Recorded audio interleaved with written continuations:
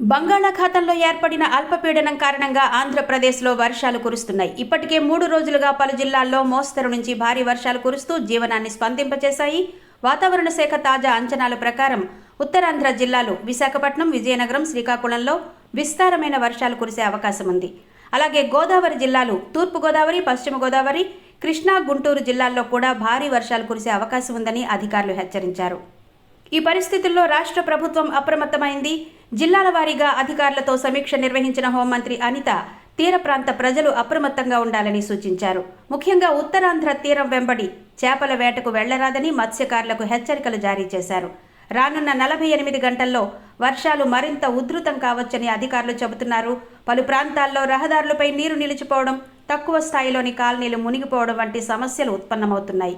ప్రజలు జాగ్రత్తలు పాటించాలని, అత్యవసర సేవల కోసం స్థానిక అధికారులను సంప్రదించాలని ప్రభుత్వం విజ్ఞప్తి చేసింది.